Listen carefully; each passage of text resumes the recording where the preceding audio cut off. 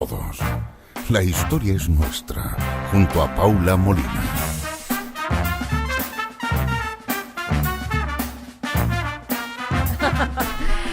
De la tarde con 40 minutos. Les recuerdo, si creen que alguien quiere escuchar la historia, la pueden compartir muy fácil desde cooperativa.cl y llega directo a Twitter, a Facebook, y además los suscriptores del podcast de La Historia es Nuestra la reciben directamente en sus teléfonos. A esta hora en Cooperativa vamos a hablar un poco de actualidad internacional de la manera más fácil, más directa posible, a través de Donald Trump. No hay una manera más atractiva de iniciar ninguna historia internacional que no sea con el nombre del actual presidente de Estados Unidos. Nos acompaña Luis Prados, que es director de la edición del diario El País de España para las Américas. Sé que está de visita en Chile para una serie de compromisos, charlas. Estuvo en la Universidad del Desarrollo y ha estado realizando una agenda muy, muy intensa aquí en Chile. ¿Cómo estás, Luis? Muy buenas tardes. Muy bien, muchas gracias. Luis Prados, bueno, bienvenido a Cooperativa, La Historia es Nuestra. Estaba mirando justamente la página del País para la edición de las Américas, pero la verdad cualquier medio de comunicación en español que veas hoy, o en inglés, tiene como historia principal el COVFEFE. COVFEFE es la palabra que tuitea Donald Trump por alguna, probablemente por problemas del autocorrector a la medianoche. Lo interesante es que esa noticia tiene un poco más de impacto que los más de 80 muertos hasta ahora y contando en un atentado terrorista en Kabul. Yeah. Y yo esta mañana veía como mucha gente comentaba cómo puede ser que las redes sociales o incluso los medios le pongan tanta atención a cada, ¿cómo describirlo? A cada gafe de Donald Trump en Twitter y no miren a cuestiones más importantes que están pasando en el mundo. Como editor de un diario importante para todos los hispanohablantes, ¿cómo se ve ese equilibrio entre noticias como lo que tuitea Donald Trump y las cuestiones que son más relevantes, ¿no? en el espacio internacional? Bueno, yo creo que se trata de tener criterio periodístico, ¿no? Tú no puedes obligar a la gente a leer lo que no quiere leer. Pero, por ejemplo, es mucho más importante, no solamente, evidentemente, lo del atentado de Kabul, con 80 muertos, 300 heridos. Es más importante la retirada de Estados Unidos del Acuerdo de París de cambio climático. Entonces, lo que puedes hacer, con toda la humildad que requiere un periodista, es decir, poner por encima, como primera noticia, la del cambio climático, que tiene una trascendencia mucho mayor, y poner más abajo el tema del último tuit de Donald Trump. Pero claro, estamos en cierta manera, no hay que ser tampoco tan bien pensante y tan hipócrita. Desgraciadamente, lamentabilísimamente, los atentados en Kabul no solamente están muy lejos, sino que los llevamos desgraciadamente 16 años viendo los atentados terroríficos en Afganistán, en una situación de caos imposible. Al mismo tiempo, por una parte, por otra estamos viendo un fenómeno, un auténtico monstruo sentado en la Casa Blanca, donde no sabemos si va a destruir el mundo pasado mañana o qué va a pasar con él, donde está rompiendo y quebrando todo el orden mundial que conocíamos. Y los propios Estados Unidos, que es la primera potencia económica y la gran potencia nuclear, con lo cual prestarle atención al loco que toma las decisiones en Washington no es tampoco una frivolidad, ¿no? No parece una cuestión menor, claro. Cuando lo mira desde ese punto de vista. Cuando piensas en las audiencias latinoamericanas, en Latinoamérica, Luis, ¿cuáles son los temas que hoy más nos parecen interesantes a los latinoamericanos? En medio de una serie de procesos súper interesantes que están teniendo lugar, la crisis política en Brasil, que parece cada vez más aguda y prácticamente terminal, el estado de la violencia en México, que es intenso, un presidente, como tú dices, en Estados Unidos que tiene muchísimo poder y además parece una persona muy difícil de controlar o de predecir. La situación en Venezuela, donde tenemos también una crisis política súper intensa. ¿Cuáles son los temas que parecen más interesantes hoy para los públicos latinoamericanos? Yo creo que los que tú has citado en primer lugar, sin ninguna duda, porque una de las cosas que que nosotros cuando creamos el país América teníamos ahí un desafío y una solución. Una era la tradición de que muchas repúblicas americanas, digamos, vivían como de espaldas o arrastraban una tradición de no interesarse por lo que le pasaba al país vecino o al país que está no sé cuántos kilómetros más allá. Pero yo creo que eso, una de las cosas que nosotros confiábamos, es decir, los problemas cada vez son más interdependientes, más comunes, ¿no? Es decir, hay 1000 ejemplos que poner. Sí. El debate sobre el aborto, sobre la legalización de la marihuana no es de un solo país, es una cosa que recorre todo de norte a sur, ¿no? O de sur a norte, da igual, porque empezó Uruguay en la vanguardia, ¿no? de la legalización de la marihuana. Entonces, eso es muy apasionante. A la pregunta tuya, exactamente, yo creo que la crisis es... yo creo que el tema es la corrupción y la violencia. La corrupción, como nos muestra el caso de Lavallato, eso está salpicando a toda América y a todos los gobiernos, y a todos incluso los gobiernos pasados o expresidentes, ¿no? La violencia, la violencia, la narcoviolencia, la violencia contra la mujer, no son fenómenos únicos de un país, sino que es una desagradable experiencia que empiezan a tener muchas sociedades americanas. También hay que tener en cuenta lo que, con la influencia que tiene esa relación amor-odio que se tiene con Estados Unidos, lo que haga Estados Unidos, claro, ¿no? La situación política venezolana tan enconada, de tan difícil solución, crea una polarización ideológica muy grande en el continente. La transición en Cuba, ¿qué va a pasar en Cuba? Pues es otra interrogante que a todo el mundo interesa, ¿no? No creo que haya nadie ajeno a la evolución de Cuba. Entonces yo creo que hay muchos... y luego, al mismo tiempo, con la rapidez con la que viaja la información, la conexión que tenemos todos y tal, ya todo el mundo tiene una opinión. Ya no, las elecciones francesas no quedan tan lejos, ¿no? Es un fenómeno súper interesante. Tú decías, claro, comprendemos que los problemas son interdependientes, siempre fueron interdependientes, ¿no? Pero ahora podemos verlos, y en ese sentido, medios digitales, y pienso desde el nuestro, cooperativa.cl, hasta El País y cualquiera, ¿no? Lo que están haciendo es mostrarnos quizás de manera más clara cómo nada está muy lejos. Claro. Tú sitúas o hablas, por ejemplo, del tema de la violencia contra la mujer. En Chile se organiza una marcha muy grande a raíz de un caso de violencia en Buenos Aires, ¿no? ¿Tú recuerdas? Y pasa en otros países. De alguna manera estamos comprendiendo esos temas comunes.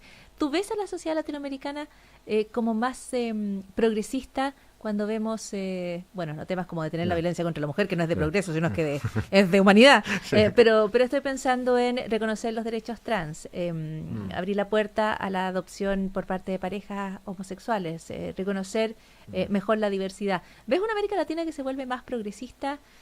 Yo creo que, a ver, es un poco difícil, no quiero quedar como un fatuo hablando de América Latina. No, porque después te voy a preguntar de España, así que no te preocupes. No, pero porque hablar así regionalmente es como uno empinarse un poco, ¿no?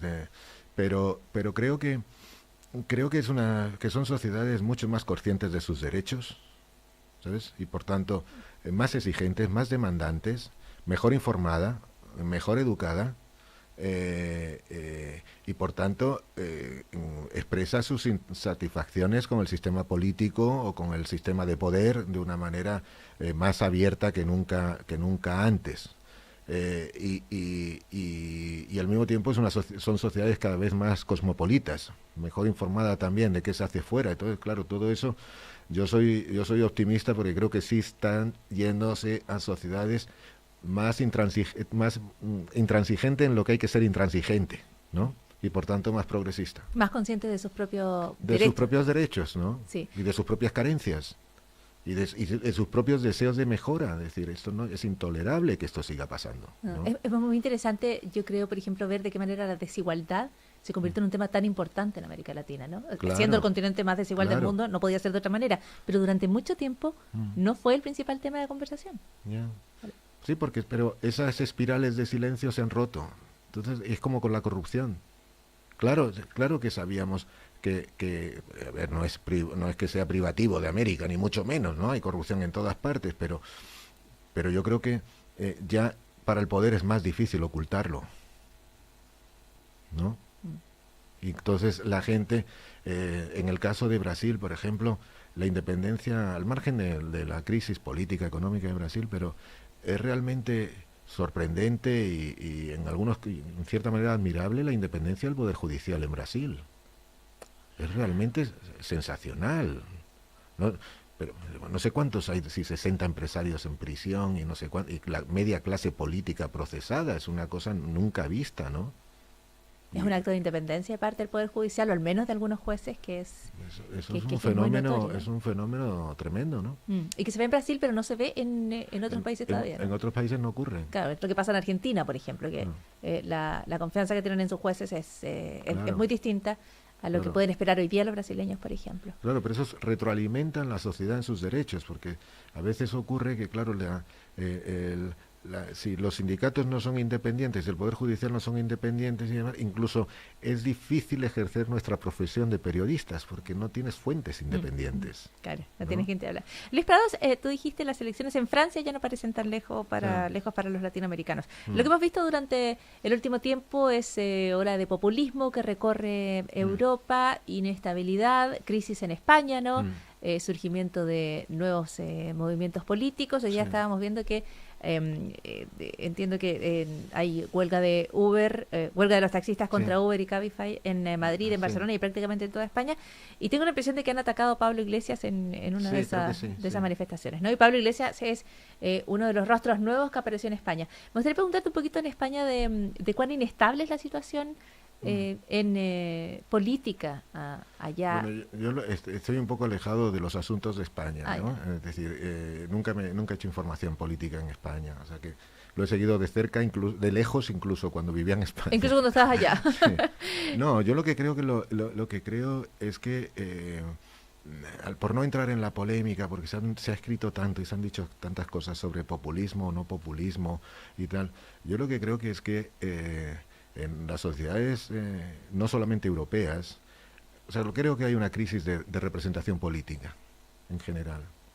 Creo que con la crisis económica del 2008, la izquierda tradicional no la manejó bien, no supo gestionarla. Los socialistas, socialdemocracia en general. Sí, la socialdemocracia, ¿no? Los partidos socialistas no supieron, fíjate lo que ha ocurrido con el Partido Socialista francés, ¿no? Los socialistas no supieron cómo manejarlo porque quedaron presos del sistema y de la solución de la derecha, en la resolución de la crisis económica, por lo menos en Europa, donde la consigna era austeridad, ¿no? Una medicina muy fuerte, incluso poniendo al enfermo al borde de la muerte, como pasó en el caso griego. Entonces ahí se abrió una brecha grande durante mucha gente, la clase media baja y tal, se sintió abandonada. Y luego, por otro lado, esto como pasó con las elecciones de Trump en Estados Unidos, también el éxito de Trump es consecuencia también de los excesos de la corrección política, ¿no? Esta cosa tremenda donde tú oyes a la gente decir, no, es que menganito, fulanito se atreve a decir lo que nadie se atreve a decir, y lo que está diciendo es una barbaridad tremenda, pero de pronto hay un deseo de que la gente le hable en claro y que no le den soluciones tecnocrático-liberales sobre todos los problemas de su vida cotidiana, porque no le hacen sentido ni le sirven. No te sirven para nada, ¿no? Entonces esa insatisfacción con la representación política, con los modos de hablar, porque también está habiendo un cambio generacional en la clase política, no solamente no en España, pero en muchos otros países. Salen nuevos políticos, salen muchos falsos profetas, ¿no? También hay que decirlo. Pero hay un aprecio por las cosas claras. Claro, pero hay un aprecio sobre todo que le hablen a la gente en un lenguaje normal, no en un lenguaje codificado. Y yo creo que muchos partidos políticos antiguos y muchos políticos han perdido el lenguaje. Ya la gente, el público es como el público de la ópera. Llega un momento que no te quiere oír. Wow. Un problema de lenguaje es quizás uno de los más graves problemas que pueda tener cualquiera que se dirige a la opinión pública. Luis Prados, muchísimas gracias por las reflexiones y la conversación esta tarde aquí en Cooperativa. Muchísimas gracias a ti. Muy buenas tardes. Nos vamos a la pausa. Nos separamos brevemente. Aquí la historia es nuestra. Volvemos con la síntesis informativa, con más noticias, más entrevistas y más historias, por supuesto. Prepárate a vivir un recorrido alucinante. San Monticello presenta As on Them, tributo a Pink Floyd, Wish You Were Here Tour 2017. Viernes 2 de junio, 21:30 horas, Centro de Eventos San Monticello. Entradas desde 10,000 pesos disponibles en Ticket Pro y San Monticello. Aprovecha un 50% de descuento para socios y nuevos socios en VG. As and Them, tributo a Pink Floyd.